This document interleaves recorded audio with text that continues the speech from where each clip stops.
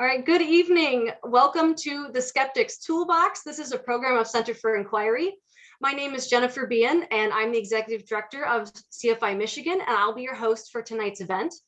The Skeptics Toolbox was created by Ray Hyman, Lauren Pankratz, and Jerry Andrews in 1989 to teach people how to be better skeptics and critical thinkers. Now, 30 years later, critical thinking and scientific skepticism are still as important as ever. So to continue their important legacy, CFI is expanding and rebooting the Skeptics Toolbox by turning it into a collection of online resources and training events to equip our supporters with the practical tools and techniques to apply critical thinking and skepticism in their daily lives so that we can fight against misinformation and deception. This is our second online Skeptics Toolbox, and I'm very excited that we have over 800 people registered to join us tonight. So thank you for taking the time to come and hear this important information. And a couple quick notes before we get started. We have live closed captioning available. This can be turned on via the button on the menu bar at the bottom of your Zoom window. If you don't see the closed caption symbol, click the triple dot menu and it should be in there as well. If you have any questions for our speaker tonight, please submit them via the Q&A button, which is also located at the bottom of your Zoom window. And we will answer as many of those as we can at the end of the presentation. Tonight's webinar is being recorded, and the video will be added both to the Skeptics Toolbox webpage at skepticstoolbox.org, and it'll also be available on our CFI YouTube channel, probably sometime before the end of the day tomorrow. Tonight, we are pleased to welcome Anthony Magnabosco to share tools for non-confrontational discussions. Anthony is a skeptic and atheist from San Antonio, Texas, who has been practicing and promoting street epistemology since 2013. He is also a founder and the executive director of the new nonprofit Street Epistemology International. Anthony has had several hundred chats, many of which you can see on his YouTube channel, on a variety of claims, including gods, ghosts, karma, the law of attraction, and a variety of social and political topics in which he's utilizing the tools that he'll be sharing with you tonight. Anthony is also a well-traveled speaker, and he's given talks, workshops, and has spoken on lots of podcasts on street epistemology all across the US and around the world. Anthony, thank you for joining us tonight on the Skeptics Toolbox. Thank you so much, Jennifer. What a great introduction. I really appreciate it. And thank you so much for all the legwork that you've done. I know that we've had some emails going back and forth over the last several months to try to make this happen.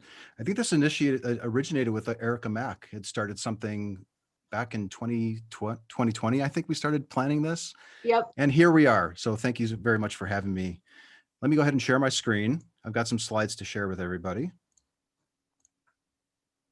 All right. Let me know if you can see that okay. Yep, we can see you.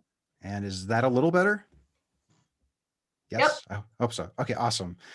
Well, thank you very much for having me here. Yes, I do want to talk about these tools that I think will be really useful for people. We were talking earlier before we started this presentation how the events earlier this year may have been a huge inflection point. It may have finally dawned on people that we probably need to start talking to each other to work out these differences that we have and drive to the truth of the matter. There's so much false information out there and broken thinking.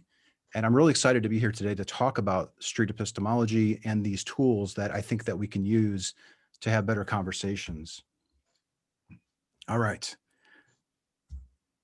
Let's see here. There we go. All right. Now let me tell you a little bit about myself. Who is this person? Well, I live in San Antonio, Texas. I'm originally from the Midwest, but I was raised in a really religious household. And as I started deconstructing or deconverting from my religious views, I started battling with the people around me about religion, primarily having hard conversations, horrible conversations, and not really making much progress. So I was really excited to hear or learn of a different way of engaging with people, a productive way, a compassionate way, an effective way of exploring claims that people make, where they're actually grateful for having explored their beliefs with you.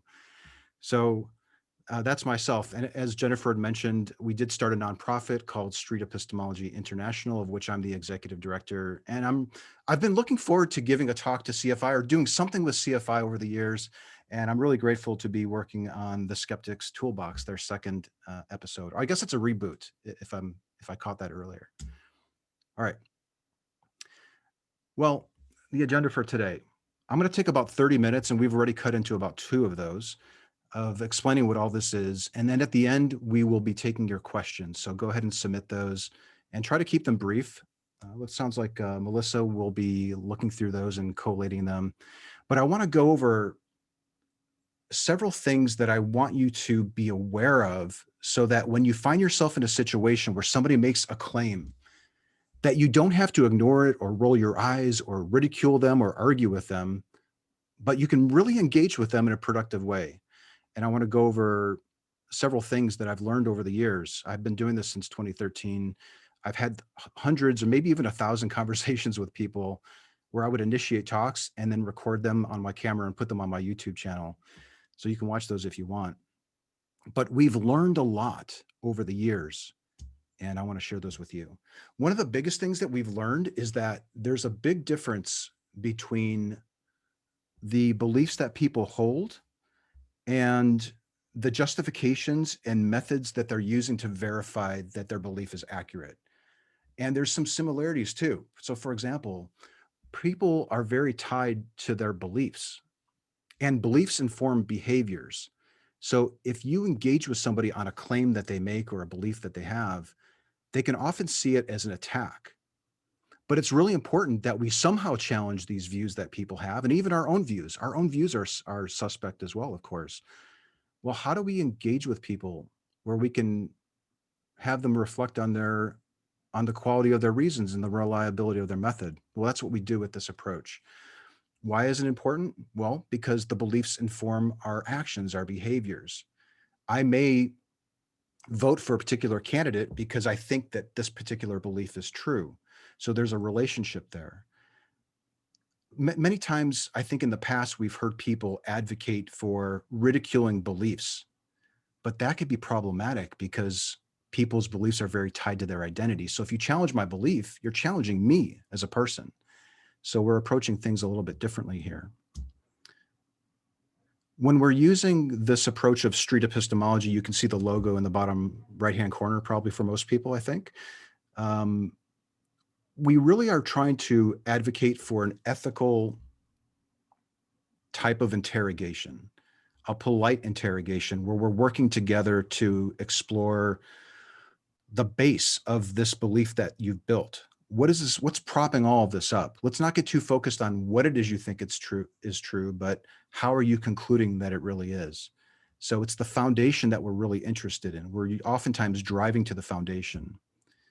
And this is the basis of street epistemology. There will be some resources at the end of this presentation here, but probably many of you who are watching right now have heard of this term, or maybe you've watched a couple videos, or you're completely unfamiliar with it. That's fine. What I'm going to be talking about is a high level discussion about what street epistemology is from cradle to grave, things that practitioners have learned over the years as far as what you should probably keep in mind to have a really effective conversation with somebody who you likely disagree with. All right, so I want to talk about what I'm calling the conversation arc.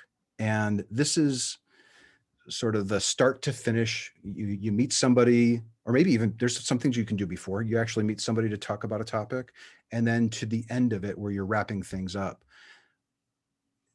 Calling it a conversation arc could give the impression that there's a definite start and a definite end. It doesn't often work that way. Many times you might just find yourself in a conversation, you realize, oh my gosh, I haven't even identified the claim or obtained consent or introduced myself and built a little rapport. That's fine. I'm going to present this conversation arc as if this is a brand new person that you've run into, or maybe it's somebody that you know, but you're initiating a talk on a completely untouched topic. One of the very first things that I think is important to keep in mind is ask yourself, what am I really hoping to get out of this conversation? Here's the quote. What am I hoping to achieve from this interaction? Having the right attitude sets the stage right from the start. Many times when we encounter somebody who we disagree with, we think of it as a battle. I need to correct this person.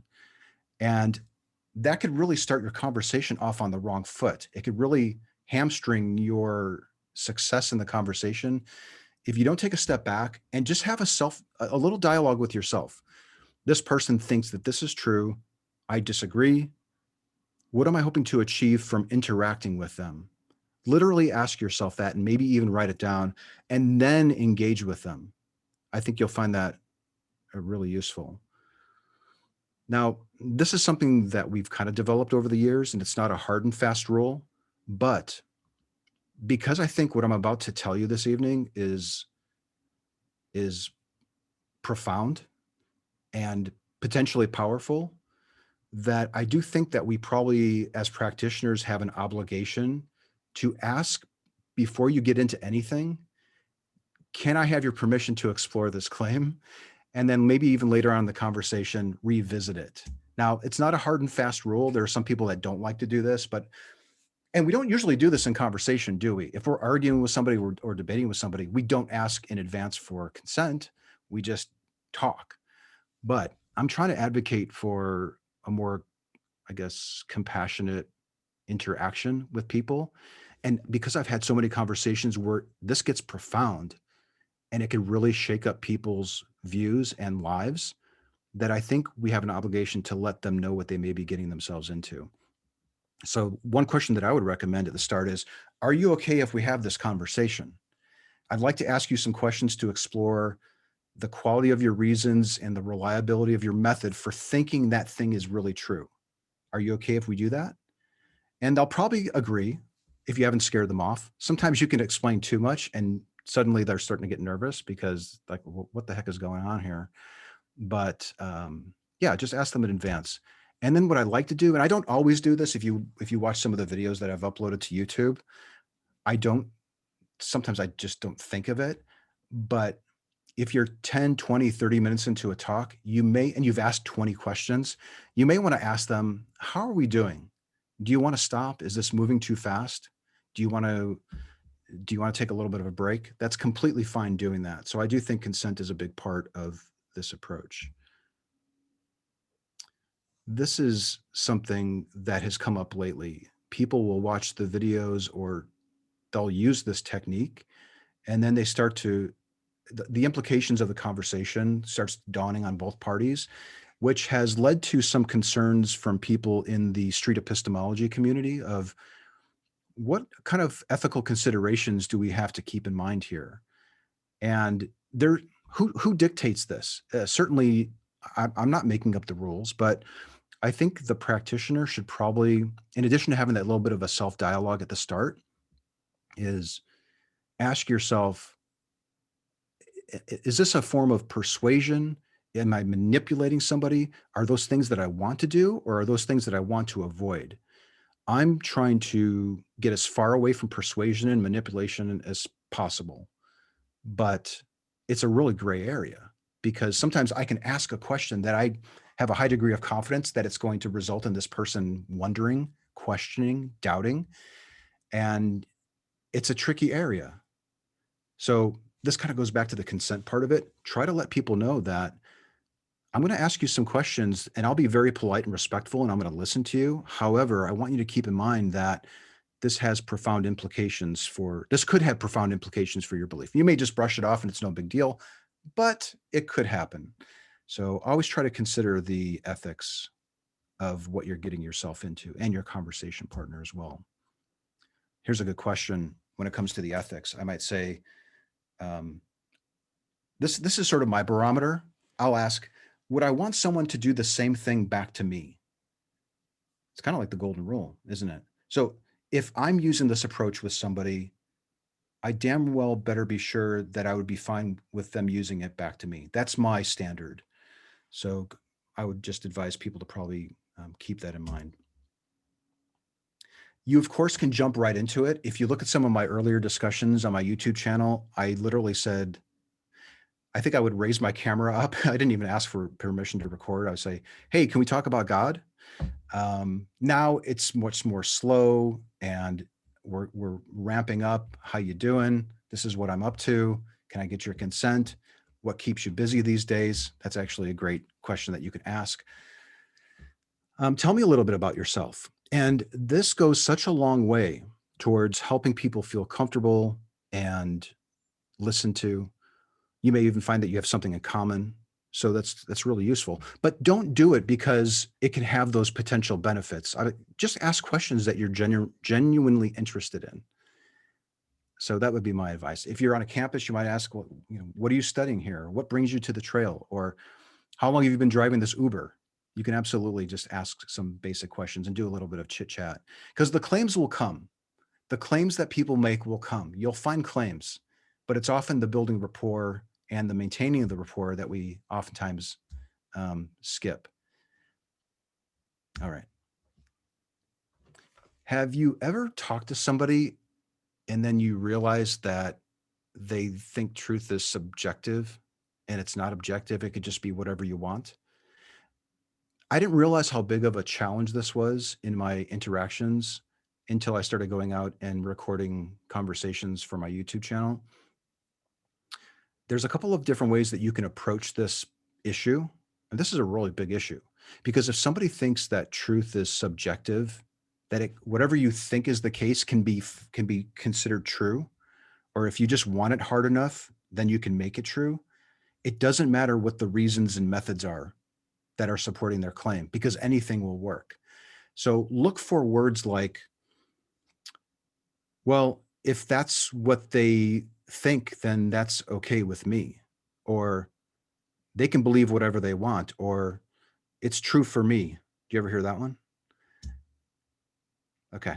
When you ever get the sense, and you can do some things, you can probably even do a little test of sorts at the start to see how are they viewing the word truth, but you can just jump into the conversation, build a little rapport, and you may find later on that they're viewing truth in subjective terms, and then you can revisit this.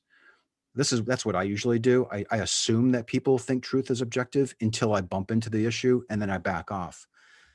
That has pros and cons that we could probably get into, but this is what I usually say. If I get any hint whatsoever, if I get any indication whatsoever that the person might think that truth is not objective and they're going on about their view, I'll ask them, would you say that that's closer to a fact or an opinion? So when you're giving your reason or your justification, are we talking about, or even your claim, are we talking about an opinion, like you think that vanilla is the most delicious flavor of ice cream, or are we talking about fact claims? Opinions are much more difficult, I think, to explore because, well, yeah, it's a preference, it's a taste. But when we're talking about claims, it's the factual nature of the claims that we're really trying to explore with this. So making a distinction or asking your conversation partner to make that distinction is really crucial. So if they're talking about essentially opinions, exploring how they navigate the world in that way can be really useful. And there's a couple of things you may have noticed that we walk around sometimes with our little box of candies. Do you ever see videos where we do this? We might ask them if they think the total number of pieces inside the box is either even or odd, and it cannot simultaneously be both. That's a really good way of figuring out how they're viewing the word true or truth. All right. Now, sometimes this might be many people's starting point. Somebody makes a claim. They've jumped in. Remember I was talking about the conversation arc? You can enter and leave the arc. The arc. I'm not talking about that arc, but you can leave or enter that conversation arc at any point. Many people start here, but I preferred if you do some of those things that I talked about beforehand before you get here, but sometimes you just don't have that luxury. But it's really critical to actually figure out what claim you could potentially be exploring. How many times have we had conversations with people and they give claim after claim after claim, and you don't know where to go. And then maybe you grasp for one of them, but they're thinking that you're talking about something else. So I would recommend just asking them, what specifically are we exploring here today? Can we write it down? You may have seen it on some of the videos. I'll ask, if we were to write a tweet about your claim, how would we phrase it? So working out the actual claim is really useful. So make sure that you try to do that. And then check in every once in a while, because sometimes the claim that you started to explore can deviate. Maybe another claim pops up and then you chase it. So not only identify the claim, but try to stay focused on it as well through your conversation. I've got about 13 minutes left and then we'll get to the Q&A. All right. Have you ever seen this in the videos or heard people do this? How confident are you from 0 to 100 that that's really true? You don't have to do a level of confidence, and some people find it very odd to think in these terms. But I was listening to my friend Nathan from Abstract Activist. He's got a YouTube channel, and he reminded me that we do this all the time. So if somebody says there's a 70% chance that it's going to rain tomorrow, our brains are capable of thinking about our views in that way. So we don't often do it, but we do it. But sometimes people push back on it and they're not willing to quantify their level of confidence that it's true, that their claim is factually true. They may say, I don't really want to give you a number, but I'll just tell you that it's really true. Or they may say, I'm a pastor at a church and I've been doing it for 30 years. And you can almost derive from their actions and the words that they're using that they're really, really confident. So you don't have to get hung up on this, but identifying a level of confidence that their claim is factually true, the claim that you're about to explore, can be really useful for both of you, because the answer that you receive back, if they do participate and give you an answer, can be a really good starting point. If they say, I'm about 80% sure that that thing is factually true, you might ask, well, what would it take to move you up? Or were you ever at 100? What brought you down? What's currently holding you at the 80? So it's a really good way to sort of attempt to quantify the feeling that you have. And it's a subjective feeling, by the way, but the subjective feeling that you have that that thing is factually true. So I would highly recommend doing that. And the level of confidence is useful later. Sometimes last couple of years, I've been going out and having multiple conversations with people and giving them one of these three pieces after the conversation, and then maybe they come up. We can revisit their level of confidence to see, did they fluctuate? Maybe their confidence increased and now they're even more sure than ever that what they thought is true is really true. And you can explore that. Okay, identify the actual reasons. This happens a lot. I don't know if many people notice. I never really noticed this until I started doing street epistemology, but many times the reasons that people will give for thinking that they're justified in their level of confidence that something is true isn't the reason, isn't a reason that contributes to their level of confidence. All right. So if somebody says, I'm 80% sure, I might say, well, what's the reason why you're 80% sure? And they may say, well, I watched this compelling YouTube video that was really interesting. And I might say, well, if you hadn't watched that video, would you be less confident? And they may say, well, no, I'm just as confident that that's true.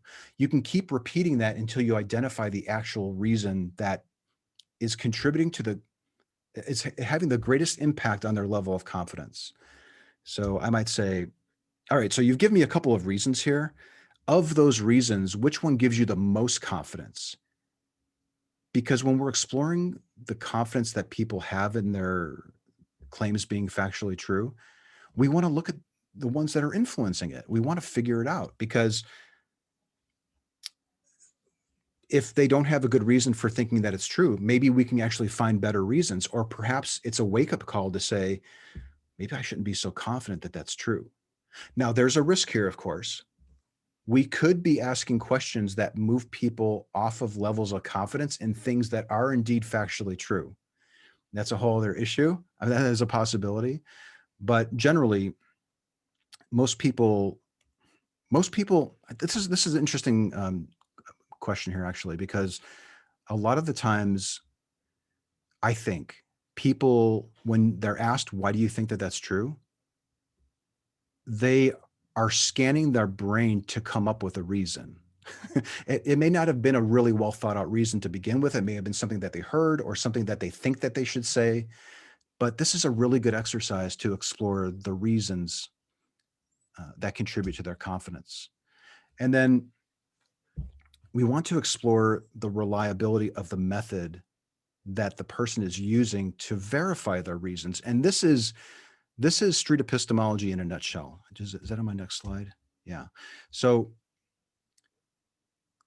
when somebody identifies a reason that contributes to their certainty or their confidence that something is true, the next stage of this, I suppose, on that conversational course arc is, well, how are you verifying that that's a good reason? How did you verify it? It seems like it's really important in thinking that this is true. Well, how did you go about confirming it? And here's a great question. How could we figure out if it really works that way? How could we really figure out if that's a good reason. And if you notice, I've got some language here. I'm using the word we. You do want to try to frame this as a partnership, not a contentious debate or you're on that side and I'm on this side. No, how can we work together and verify that that's a really good reason for bringing you to a high degree of confidence that that's true? So that's a really great question, and a core tenet, I suppose, of street epistemology. It's something that we really try to focus on. This is something that I really hadn't considered until about 2 years ago.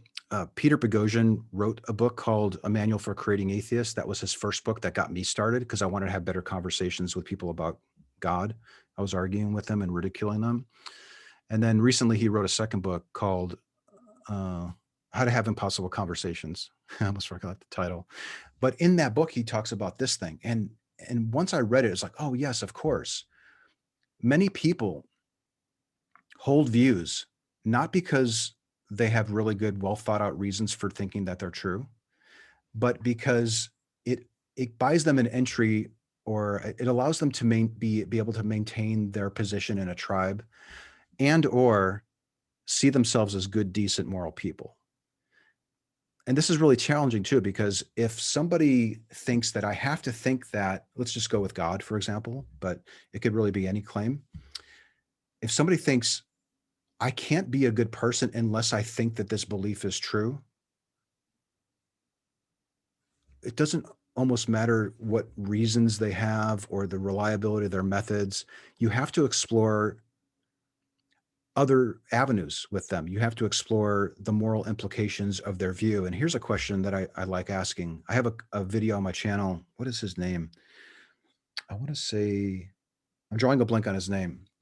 I think the video is something like atheists can't be moral without God or something like that. But anyways, I asked him, because he was saying you need God in order to be moral. That was his main justification for holding on to his view. So we started exploring this. How would you be different in any way if you didn't have this view?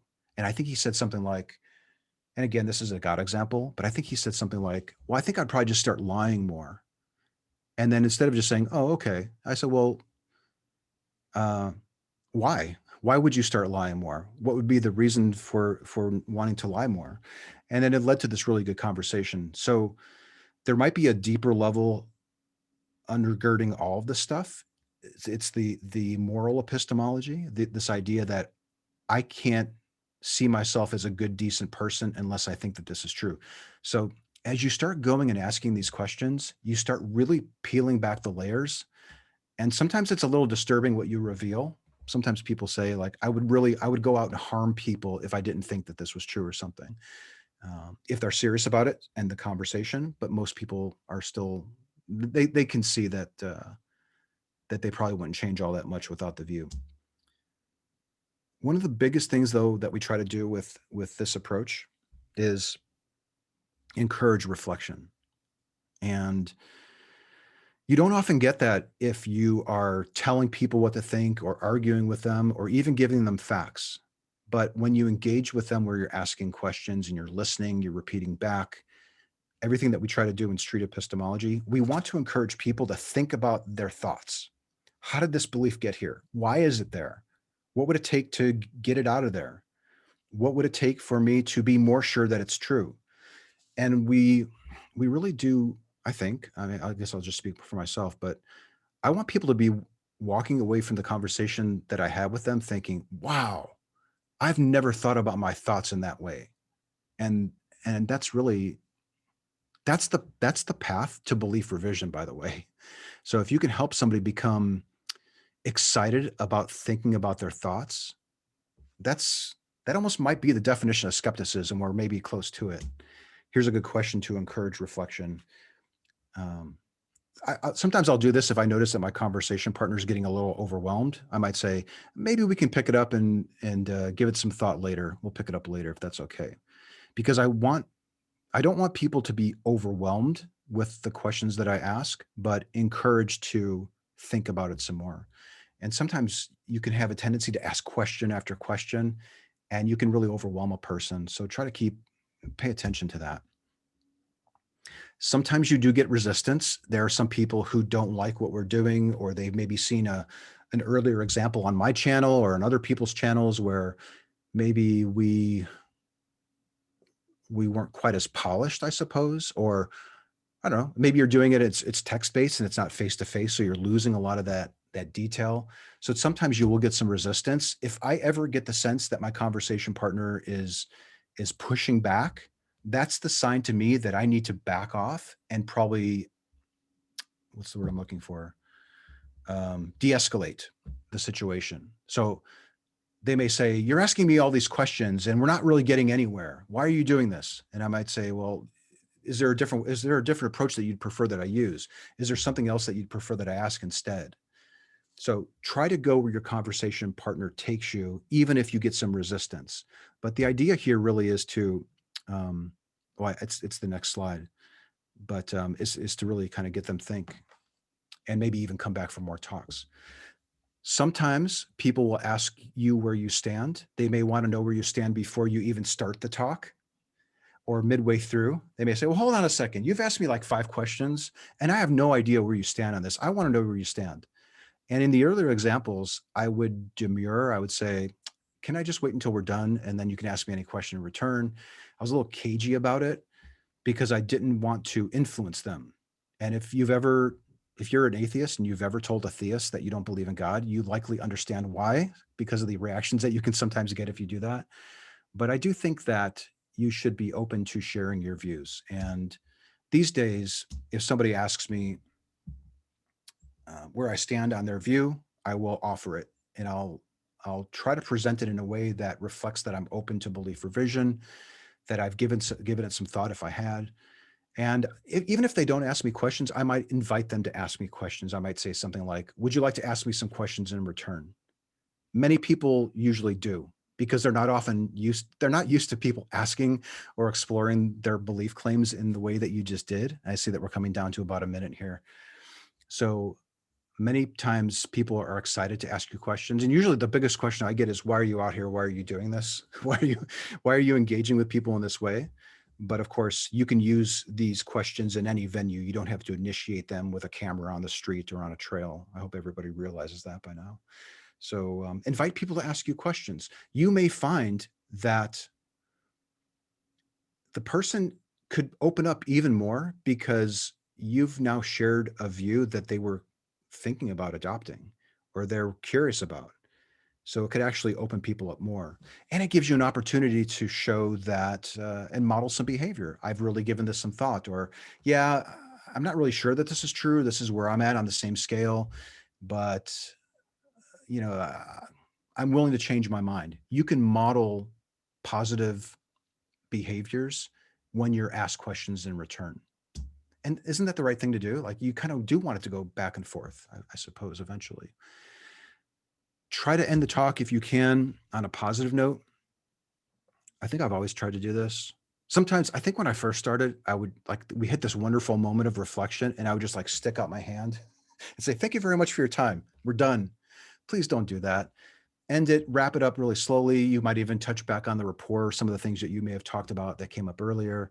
Try to give the person a way to contact you. If it's an Uber driver, give them your phone number so that they can talk to you or something like that again. This might be somebody you know, where they know where you live. So there's lots of opportunities to meet again, but try to end it where the person feels invited to come back to talk to you again, because that's really what we want. We want to have, well, I think we do, don't we? I mean, I do. I want to have meaningful conversations with people about sensitive topics where it's productive. And that's what I think that these tools will do for you. Lastly, I think we're getting to the end here. Let's see. Yeah, a couple more slides. This activity can be a little bit exhausting. Sometimes I'll end a conversation that I've had with a complete stranger and I need to sit down because it was deep and my mind is racing, or maybe I was, I'm upset or I'm crying or it's an emotional thing. And it could be helpful to talk with other people about the conversation that you had. If I had a colleague, I might say, hey, can I tell you about this conversation that I had? And the act of explaining what happened and then asking you questions can really kind of calm yourself. I found that that's really useful. Okay. Now I was talking about the conversational arc. You remember that at the start? And I laid all that out. Everything that I laid out is in something that we're working on at the moment called the Street Epistemology course, and it's being developed at the moment. I think we've identified 22 unique modules. I'm pretty sure I listed about 16 or 17 of them here, so there's a good half a dozen more that I haven't covered. But we have volunteers putting together a comprehensive course where people can self it's a self-directed course. So you can do this at your leisure, go through and teach yourself how to do this. We have examples, knowledge checks, sample dialogues. It's going to be phenomenal. And we've done one of the modules. We've built the module for, well, we're almost done, building and maintaining rapport. And I'm hoping that we can have that out maybe in the next few weeks, where we can be having people in the community test it and give us some feedback, and maybe even some writers. We're looking for some people who have professional experience in writing courses to help us. We do have a nonprofit now, so if you must be paid, we can probably do that. But we are kind of looking for volunteers to help us with this if possible. But reach out to me or head to this website. This would probably be best. Go to this website for links to video examples of what I talked about. Communities, we have Reddit, Discord, Facebook groups. You can find people who are really interested in this approach and who are developing it and creating all sorts of tools internationally too, by the way, in multiple different languages. So if anything that I've explained here today is intriguing or disturbing or anything in between, go to the website, check it out. Did I spell that right? Yeah, looks like I did spell it right. And gosh, I think I'm like 2 minutes over, something like that. Let's get to the Q&A. And I'll stop sharing my screen. All right, thank you very much, Anthony. So yes, we have plenty of time for questions, and there are a lot of them. So Excellent. we'll see how many we can get to. So I'll start with a few easy ones here. I think you might have just said this, but somebody was asking how do they find your YouTube channel? Search for my name. Good luck spelling it. Or just even better, perhaps, just search for Street Epistemology, because there are other people who are uploading content besides myself. I just watched an incredible example from somebody who has 3 videos. They have less than 100 subscribers, and they had a phenomenal talk. I think we'll probably put that one on the Street Epistemology podcast, but just search for Street Epistemology. I understand it's this weird phrase, but search for it online. You'll find it. And go to YouTube and you can see examples there too. I'm still uploading videos, although I'm not going out because of COVID and uploading or recording more talks. I'm sitting on still probably a good half a dozen that I need to edit and upload. But check out some of the new people who are uploading things. We also have a presence on Clubhouse too. So there are a lot of people who are grasping these tools, they're improving them, and they're bringing them into all sorts of different venues. Do you have a link to that on your website, or do they have to go straight to YouTube? To which? To find your videos on YouTube from the Street Epistemology website? I think there's a link on the Street Epistemology website called, I think it's under resources. And I think there's some links to some of the more active channels that are out there, including mine. All right. So one other person was surprised that you didn't show any examples from your videos tonight. I know. I'm so... I really wanted to cover the tools, like give you real questions that your audience could learn and implement today. And videos often take way more time to set up, but nothing like it's kind of hard to explain and demonstrate what this is without watching a video example. So I'm glad that people are interested in looking at videos, but in 30 minutes, it's a little tough. But yes, check out some of the videos. On my channel, I have a playlist. It's my top 20 favorite talks over the years, and they're amazing. And they're not amazing because of me. They're amazing because of the people that I was talking to, and you can see the reflection, and you can see the various aspects of that course arc that I outlined. So yeah, definitely please check out the videos. Maybe somebody can drop a link to my channel in the chat. Okay, we'll see if we can find it. If not, we can post it next to the video when it's uploaded tomorrow. Fantastic. 2 questions related to using these techniques on people of different ages. One person asks, can you use these techniques on people of all ages? And the other person asks, should you not use these techniques on anyone under a certain age? You can't. Ethical perspective is that's the second part. I missed that part. Okay. You can use this technique on anybody. The question is, should you? And this gets to the ethical part of it. It's one of the reasons why I opted to not show a video and sort of talk about end to end. You should ask yourself, is this somebody, if I had a child that age, would I want some stranger or some individual asking these questions? You can ask yourself that before you embark on it. But that's something that we talk about in the communities quite a bit, that, well, that person's older and, well, maybe got another 10 years left or something. And then do I really want to challenge one of their deeply held beliefs? My perspective is, this is how I decide, is I ask my conversation partner to decide. I might say, I'm a little worried about asking you these questions because of this reason, your age or your whatever. There's a variety of different reasons why I might hesitate. And I ask them if they want me to ask the question. And if they do, and they seem like they value truth and they wouldn't be too harmed with it, and maybe I have some bandwidth where if they started to struggle, I could help them. Mm-hmm. So there's lots of ifs in there, then I would probably engage with them. Well, and this goes back to the consent thing you were talking about at the beginning. If you have that conversation and they agree, if they get uncomfortable, they can always just choose to stop talking, but you need to respect that. Absolutely. There's this thing, I'm sorry. There's this thing called sea lioning where people sometimes we wonder if what we're doing is similar to it, but because I think sea lioning is this idea of asking lots of questions without any regard for how upsetting you might be making your conversation partner. Absolutely not. Don't do that. Again, ask yourself, is this something that I would want somebody to use on me or somebody that I love? And if the answer is yes, then I would say go ahead and do it. Great questions, by the way. Here's another good one. Michael asks, oops, I went out of breath. This sounds like the Socratic method, but I'm not good at thinking on my feet. Are why questions a good default if you start to fumble or can't think of anything to say? Yeah, if you get stuck and you don't know where to go, you can ask them a question. But even then, like formulating a why question could still be kind of challenging to do.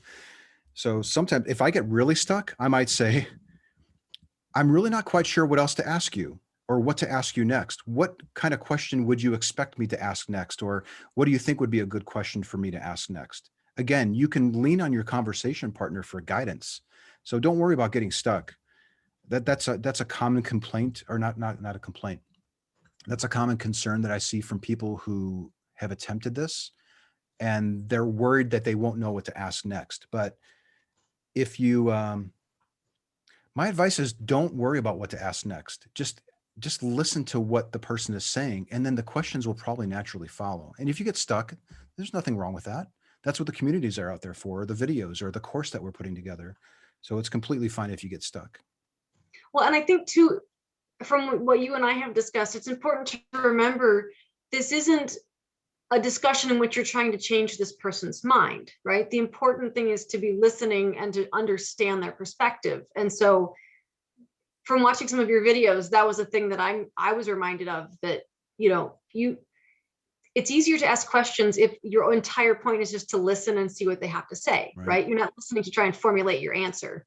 Right. Yeah. So there's some good thoughts in there. You can use these questions to incentivize a person to reflect on their views, which has implications for the belief that they have, which could lead to belief revision and changing their mind. So I don't want to overshadow that possibility, but yeah, you do want to try to go where they take you. Like, take yourself out of it, make it about them, and try to be a mirror to what it is they're saying and how they formulated this belief. And if you do get stuck, it can't hurt to remind yourself that, I'm a little bit interested in the claim itself. I'm a little bit more interested in the quality of their reasons. And I'm really interested in how they're verifying those reasons. If you kind of just keep that that triangle in mind and drive to that foundation, that's as much driving as you should probably do.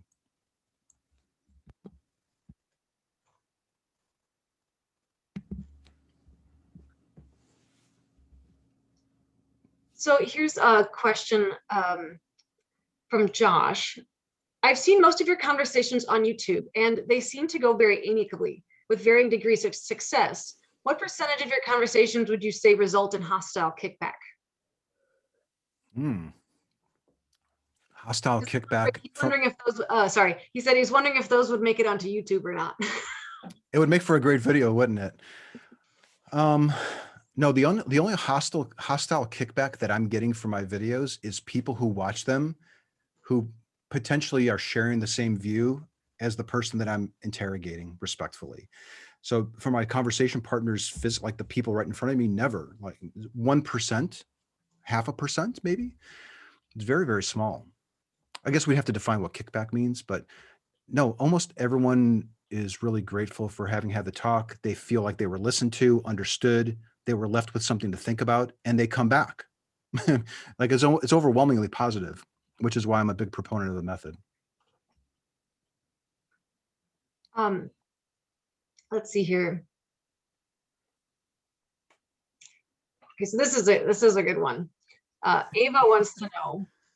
So she says, to me, you're talking as if you're in a lab, like a therapist with a willing patient. What about just having a conversation, say, with a relative who just drops the fact that they think Fauci makes money off of COVID cases, or a person that you've been working with sneers at the weather because, of course, climate change, said very sarcastically. Yeah.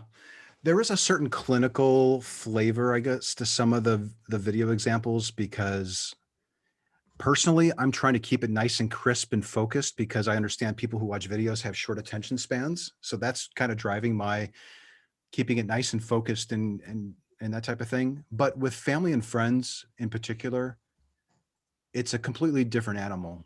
You have to spend way more time on the claims that they're making and a little time on the reasons and a little time on the method. It's almost inverted, which is unfortunate because the biggest bang for the buck is to explore how they're verifying the quality of their reasons.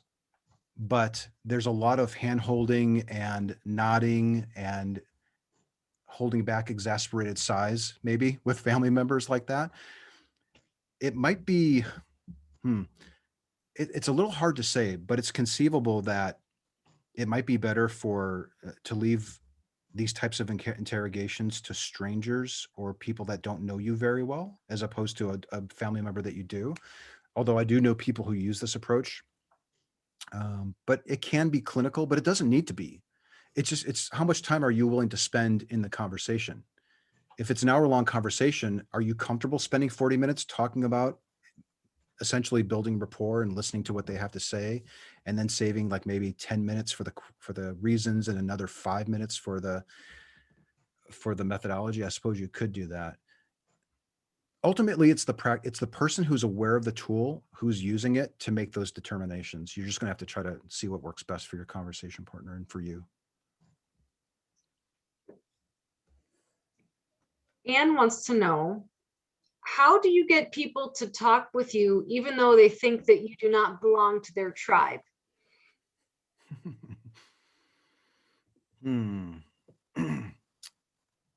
Well, many of the examples that are on my channel are with people who don't even know me. And because I'm presenting it as a one-way interview, my views, as far as I'm concerned, don't really matter. But like I mentioned, people do want to know where I stand. They often do ask, where are you on this claim? But how do you get people to stop? One of the biggest pieces of advice that I have is, if you want to have what's the word I'm looking for? A cross tribe talk, is to wait for an opportunity where you can have a one-on-one or maybe a two-on-one.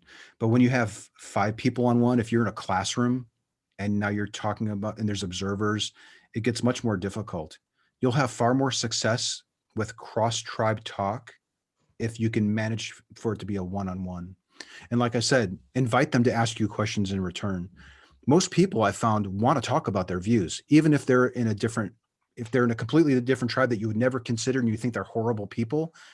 They are still usually interested in sharing their views with you, just like you are probably interested in sharing your views with them. They're just not given an opportunity to do so.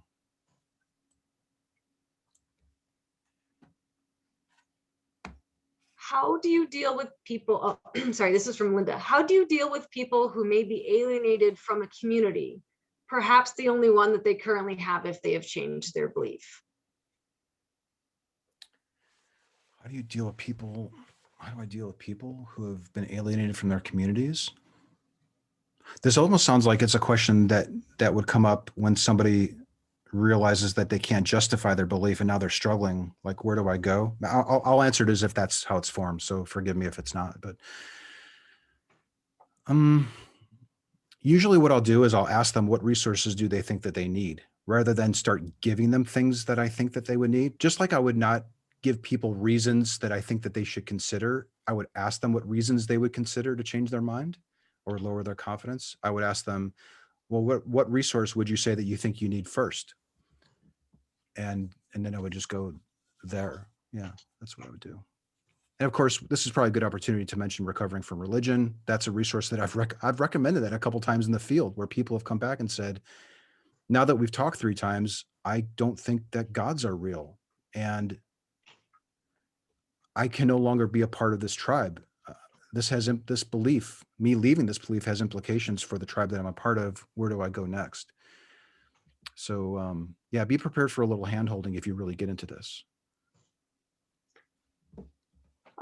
So I have 2 questions regarding what you mean by truth. So Stephen says, in your videos, you asked your conversational partners what they mean by truth. How does their response inform how you move forward in your interactions? Okay, can I say that part first? Was there a second part? It was just the first part. It's a second question. I think actually just answer that one separately though. Yeah. Well, I found that a really simple thought experiment could be helpful. I mentioned the box of candies, where you can say, how do we settle the difference? Can both people be correct? If somebody says the total number of pieces in this box is even and another person says that they're odd, are they both factually correct?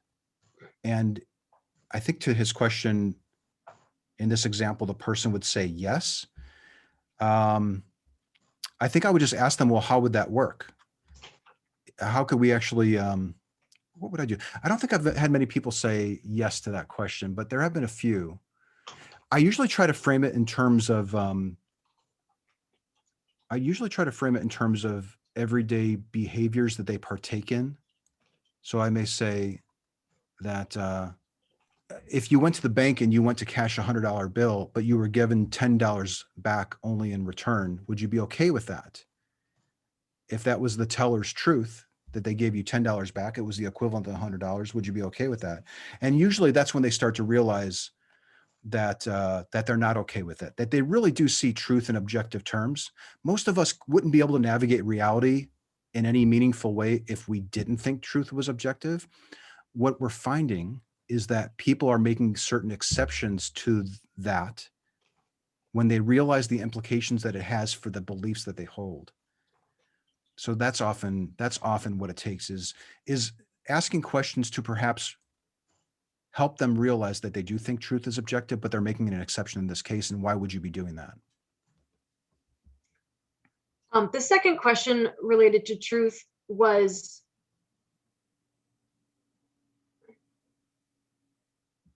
you know what, actually, I need to read that one for a minute. Let me ask you this other one that's a little bit easier. Are these tools useful for talking about difficult subjects like racism and homophobia? How would you handle those discussions? Yeah, I don't think that there are many claims that you couldn't use this approach for. When I first started going out, I was focused because I was an atheist and I was really excited about all the things that were happening in that community. And of course, that's where this concept originated. I was intent on talking with people about God beliefs, but very quickly you start to realize you can explore, and you mentioned in my intro, you can talk about guns and gods and homosexuals and racism. All those topics can be explored if you have a willing conversation partner. So you absolutely can.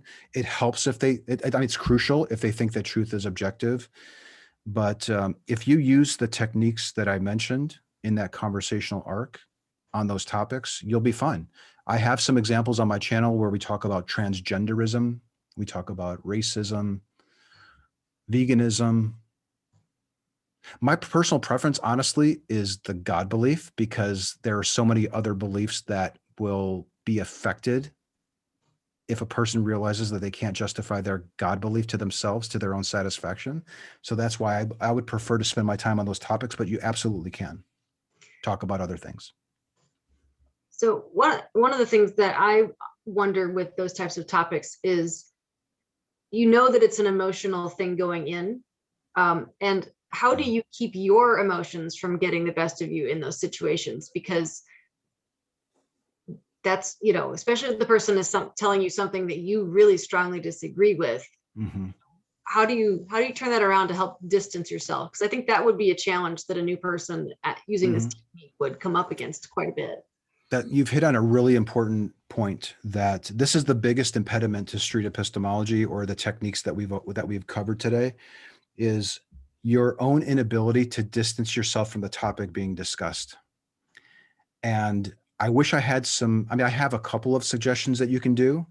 I'll go over those here in a second, but if you can learn to take yourself out of it as much as possible and make it about them, even if they're saying horrible things, if you remind yourself that the whole point of this exercise is to help them take another look at their views. And if I become upset or start to get emotional or that type of thing, it's going to impede our progress in exploring their belief tower. The simple fact that I remind myself that that's a possibility can help me stay focused. Another thing that I try to do is remind myself that other people may be watching. I was just thinking about this as I was getting ready. I was driving around. I went to go buy this shirt earlier today, and as I was driving back, I was thinking, it's kind of like if your parent was in the car with you, how you might drive a little safer and a little nicer and that type of thing. It's a similar kind of metaphor there. I think just remind yourself that there could be observers who could be walking away with an impression on your own position simply on how you carry yourself. But it's not an easy thing. It takes practice. And you can just look at some of my earlier videos where I'm literally yelling at street preachers because they're saying horrible things. And these days, I don't think that there could be much that could be ever said to me, or I could hear somebody say, that would ever cause me to go back to that. Only because I've recognized how detrimental that is to their own progress, and then you just adjust. But it takes practice, and it's not easy. Well, there are 100 other questions in the queue, so we're certainly not going to be able to get back to those, but we're almost at time. Is there anything that you would like to wrap up with or say that's come up in the course of the evening? Well, I guess let me just set your expectations that what I've outlined today, even though what I've outlined today is the culmination of almost 10 years of engaging with people and figuring out what is working and what isn't. And it can almost seem kind of easy and straightforward until you actually go to do it. So my advice would be, try not to get discouraged. Try to ask yourself what topics are off limit to you because you can't manage your own emotions when you talk about it. Choose safer topics and practice with that. If you can, please immerse yourself in the various SE communities that are out there. We have a wonderful Discord server that's extremely popular. There are people from all over the world who are joining that and learning how to do this in practice sessions. They're helping develop tools internationally. So talk with other people who are using the method. They're encountering roadblocks. They're figuring out their way around it. Share your experiences that you're having there. And that would kind of, I guess that's probably the biggest piece of advice is don't get discouraged because it's not easy. But if you can set aside your own ego and focus on them and do these things that I've outlined, and you have an honest conversation partner who values objective truth, you're going to have amazing conversations, far better than probably anything that you've ever had before. And this, I think, is a potential solution to the problems that we're facing today. It's obvious that we're having problems. We're talking past each other. We're looking at the worst examples on the other side, and we can't afford to do that. So I guess in closing, let me just say thank you for having me on the Skeptic's Toolbox to share these tools with you and your group and everyone that will be watching, because this is the direction that I think we need to go. And it's not all that hard, but you just have to do it, and that's where we're at. Well, thank you very much. And I agree wholeheartedly, which is one of the reasons why I was so happy that you were so willing to come on and be one of our first presenters here, because I think that this is a skill that sets the groundwork for a lot of the other techniques and things that we need to use, because you can't help change people's minds if you can't respect and have a good conversation. And I think that you really nailed it. We really do talk past each other a lot. So for all of our wonderful attendees, thank you so much for all the wonderful questions. We will have the video of this up tomorrow on the skepticstoolbox.org website. And we will make sure that some of those links that people were asking for are there. I know that a couple of them are actually already linked in Anthony's bio on that website, so you can go check that out. And if there's any other resources, we will link to them there. Thank you so much for coming. And we will see you at one of the other upcoming events that CFI has planned. Check out our Skeptical Inquiry Presents events, webinars that are ongoing on the first and third Thursdays. And then we have Nick Little, our legal director, is going to be featured on the next CFI Insider at the end of this month. So check out those at centerforinquiry.org, or make sure you are on our mailing list, and have a wonderful evening. Thank you.